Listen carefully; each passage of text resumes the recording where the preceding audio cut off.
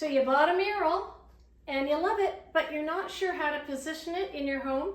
I've got some design tips for you. We're going to talk about positioning a mural on your wall. Now, tip number 1, make sure you lay your mural out first, panel by panel, so you can decide where you want your main motif.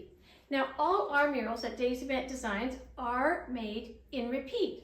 So this mural repeats. As you can see, it goes on this end wall and it goes down the foyer wall. When we were putting this mural in this room, we wanted to make sure, because it's at the end of a living room, we wanted to make sure that we could see the 2 trees.